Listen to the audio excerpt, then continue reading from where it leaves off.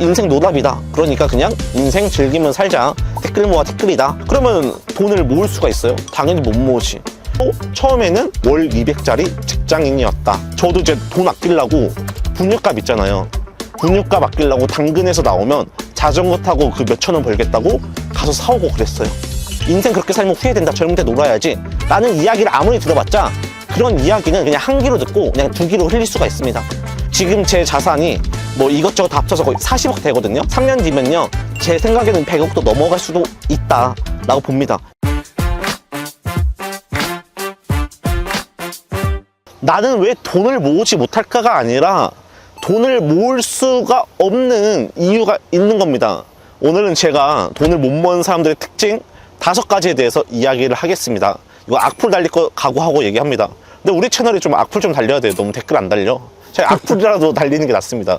예, 어쨌든 돈을 못 모은 사람 특징 5가지 얘기할 건데, 일단 첫 번째는요, 진짜 보면 확실한 건데 핑계가 오지게 많아요.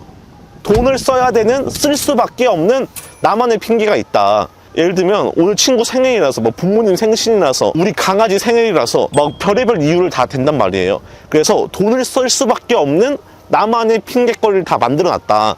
그렇게 되는 거죠. 그래서 365일 중에서 이벤트 있는 날이 365일인 거예요. 그러면 돈을 모을 수가 있어요? 당연히 못 모으지. 그리고 내가 쓰는 소비가 정당하다고 생각하거든요. 진짜 핑계거리를 찾으면 절대로 돈을 못 모읍니다. 그 핑계부터 없애야 돼요. 핑계를 하면 안 됩니다. 그럼 두 번째 이유 뭐가 있을까요? 자본주의 생태계를 이해하지 못합니다. 피디님 지금 예를 들면 월급이 한 200만 원 받아요. 그러면 좌절스럽죠. 진짜 열심히 돈 모으고 하면 그래도 어느 정도 내 집 마련도 할 수 있고 가능하다고 보세요. 200만 원이면은 아무리 모아도 힘들지 않을까요? 예를 들어 300이다. 300이면은 지방 아파트 정도? 그렇게 생각해요. 그럴 것 같은데요? 근데 200이든 300이든 저는 자본주의 생태계를 알면 충분히 가능하다고 봅니다. 자본주의 생태계가 뭘까요? 돈이 돈을 벌 수밖에 없는 구조다라는 거거든요. 근데 이거를 모르는 분들은 어떻게 하냐면 내 월급 200이든 300이든 박봉이라고 생각하잖아요. 어차피 티끌 모아 티끌이다. 언제 아파트를 사냐. 내 인생에서 아파트는 살 수 없다. 그래서 난 그냥 그런 대로 살란다. 돈 쓰면서 라고 생각하거든요. 근데 자본주의 생태계를 아는 분들은 내가 현재 한 달에 모으는 돈이 100만 원이에요. 그러면 1년 지나면 1200이죠.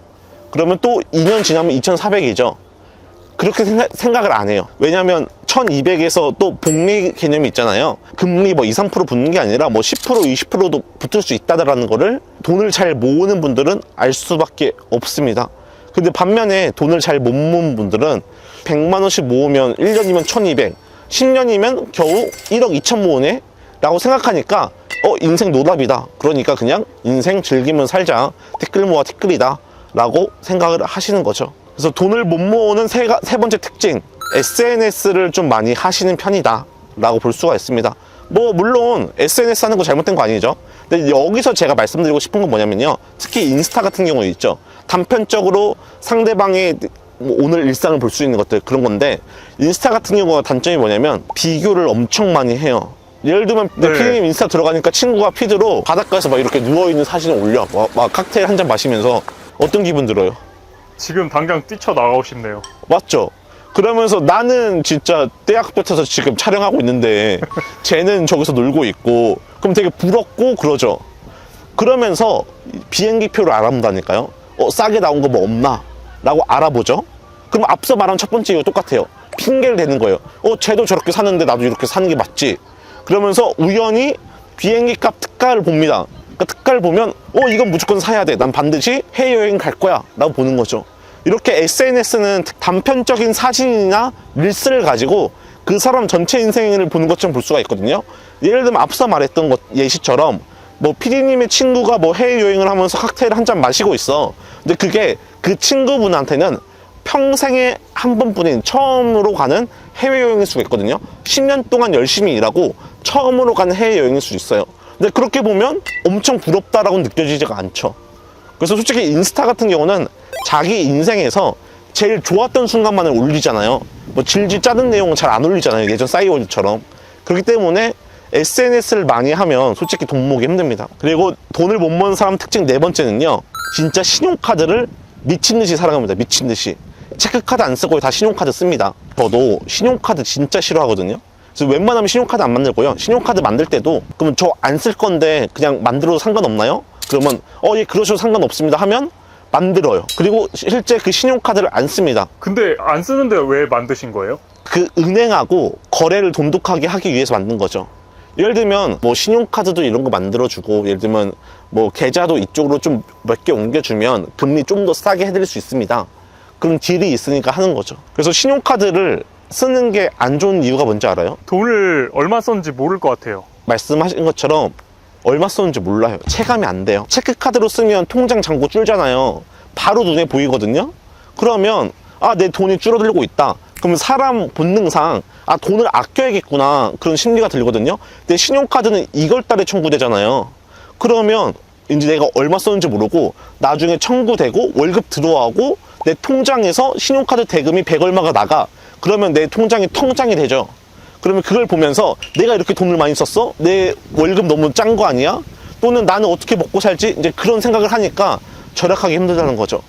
그리고 신용카드도 혜택 때문에 쓰시는 분도 있거든요. 근데 저는 솔직히 그 혜택이 얼마나 된다고 그것 때문에 오히려 돈을 더 쓰지 않나 라고 생각합니다.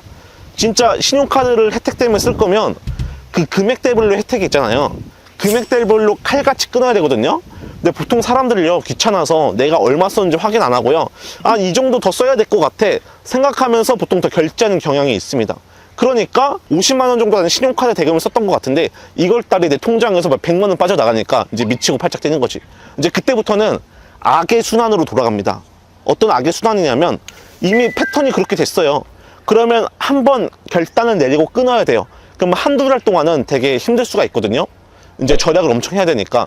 근데 그 굴레를 반드시 벗어나기 위해서는 그런 순간이 필요합니다. 그리고 돈을 못 모은 사람들 마지막 특징 5번째는요, 진짜 이건 제가 오늘 영상에서 제일 하고 싶은 이야기인데 뭐냐면 상상력이나 목표의식이 부족해요.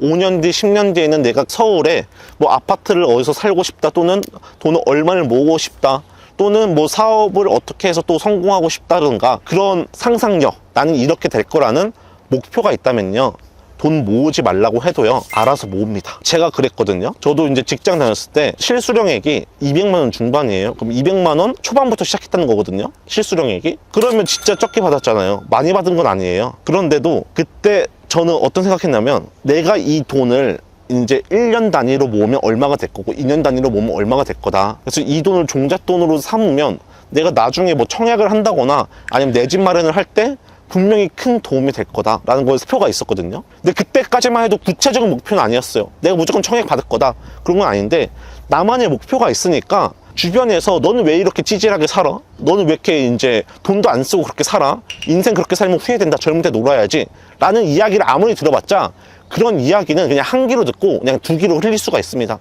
근데 5년 뒤는 나는 어디서 살 것 같다, 그런 상상력이나 이런 목표가 없는 분들은요, 절약 아무리 귀에 못이 박히도록 얘기해도 할 수가 없어요. 그래서 절약을 못하는 분들, 돈을 못 모은 분들 특징은 강력한 목표의식이 없습니다. 그래서 오늘 영상 정리하면 특징 첫 번째 뭐라고 했죠? 핑계가 오지게 많다가 돈을 써야 되는. 두 번째는요, 돈을 벌 수 있다는 자본주의 생태계를 몰라요. 그냥 한 달에 100만 원 모으면 1년에 1200, 10년 뒤면 1억 2천만 모이는 거로 생각을 합니다. 그러니까 당연히 절약하는데 재미가 없죠. 근데 이 돈이 스노우볼처럼 엄청나게 빨리 커집니다. 다른 영상에서 말씀드렸지만 제 월에 순수입이 거의 4천 되잖아요. 1년이면 4억이 넘거든요. 그럼 자산을 미친 듯이 빠르게 성장시킬 수 있어요. 지금 제 자산이 뭐 이것저것 다 합쳐서 거의 40억 되거든요. 지금 40억인데 내년이면 40억이 아니라 50억, 60억 될 거고요. 3년 뒤면요, 제 생각에는 100억도 넘어갈 수도 있다 라고 봅니다. 이게 스노우볼의 효과입니다. 근데 저도 처음에는 월 200짜리 직장인이었다. 이 이야기는요, 저희 절약 채널 있잖아요, 3년 전, 5년 전 컨텐츠에도 이 이야기 나와 있어요. 제가 절약했을 때 이야기 브이로그로 다 찍어서 올렸거든요. 저도 이제 돈 아끼려고 분유값 있잖아요, 분유값 아끼려고 당근에서 나오면 자전거 타고 그 몇천 원 벌겠다고 가서 사오고 그랬어요. 그리고 세 번째가 SNS를 많이 한다. 근데 솔직히 저는 제 성향상 차이도 있는데 저 인스타 안 하긴 합니다. 이제 좀 브랜딩 차원에서 하려고 하긴 있긴 한데, 근데 SNS를 하면 진짜 다 놀러간 사진밖에 없어요. 뭐 좋은 사진밖에 없거든요. 근데 그거 보고 있으면 짜증나잖아요. 나도 이렇게 하고 싶은데.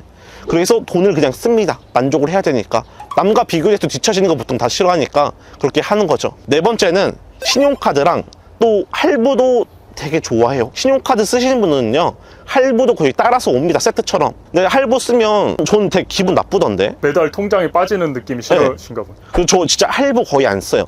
제가 최근에 할부 썼던 게 집에 이제 패밀리카로 소렌토가 있거든요. 소렌토 사면서 할부를 썼어요. 왜냐면 금리가 한 5%가 6% 되거든요. 근데 저는 그 돈을 모아서 사업에 하면 수익률이 한 30%가 넘거든요. 그래서 저는 할부로 했을 때 금리보다 내가 만들어낸 수익률이 더 크다라고 해서 이럴 때 할부를 쓰는 거지, 지금 내가 당장 돈이 없는데 어떤 물건이 필요해. 근데 월 10만 원씩만 할부로 내면 된대. 그때는 할부를 하는 게 아니에요. 그러면은 신혼부부 가전제품도 할부로 하면 안 될까요? 그렇죠. 그 돈 언제가 다 갚으려고. 없으면 쓰지 마요. 아니면 당근에 중고 많잖아요. 저 신혼 때 이야기 잠깐 해드리면, 저희 집 아직도 TV 없어요. TV 없고 막 결혼할 때도 뭐 스드메라고 하잖아요. 스튜디오 촬영 어디서 한지 알아요? 경기도 광주인가 가면 계곡에 있는 카페 있거든요. 거기서 저희끼리 그냥 셀카 찍고 그렇게 했어요. 네. 근데 하려면 다 할 수 있습니다. 그래서 신용카드랑 할부 끊어야 됩니다. 진짜 이거는 안 하면 돈 못 모으고, 그리고 기분 더러워요. 매달 통장에서 돈 빠져나가면 돈 모으고 싶지도 않죠. 그리고 마지막 특징 5번째는 제가 강조했죠. 돈을 모아야 되는 목표의식이 없고요. 내가 돈을 모아서 뭐 투자를 하든 사업을 하든 하면 5년 뒤에 내 모습이 그려지지 않아요. 제 예전 영상에서 10년 뒤에 나는 잠실에서 살고 싶다고 얘기했거든요. 근데 그 기간이 지난 지 거의 4, 5년 지났어요. 근데 저는 내년쯤 되면 잠실로 이사 가려고 생각하고 있거든요. 근데 저는 이미 5년 전에 나는 10년 뒤에 잠실에서 살고 싶다고 상상을 하잖아요. 그럼 그때 목표가 있었겠죠? 제가 지금 절약하는 게 절대 궁상 맞다고 생각하거나 그러지 않는 거예요. 그래서 꼭 목표의식과 상상력이 있어야 된다. 근데 그게 없는 분들은 돈을 모으기 진짜 어렵다. 그래서 오늘 영상은 이걸로 정리를 하겠고요. 제가 책을 통해서든 주변 사람들을 봐서든 모든 부자들 있죠. 모든 부자들의 시작은 무조건 절약이었습니다. 아니면 진짜 뭐 상속을 받거나 그런 건데, 상속 받아서 부자 되는 얘기해보자 쓸모없잖아요. 일반 사람 기준에서 사는 거니까. 그래서 이 영상을 보시는 분들은 제가 말씀드렸던 행동들 하지 말고 꼭 절약을 해가지고 멋진 상상력을 가지고 한 몇 년 뒤에는 분명히 좋은 결과 있을 거라고 저는 생각합니다. 그럼 오늘 영상 이걸로 마무리하겠습니다. 감사합니다.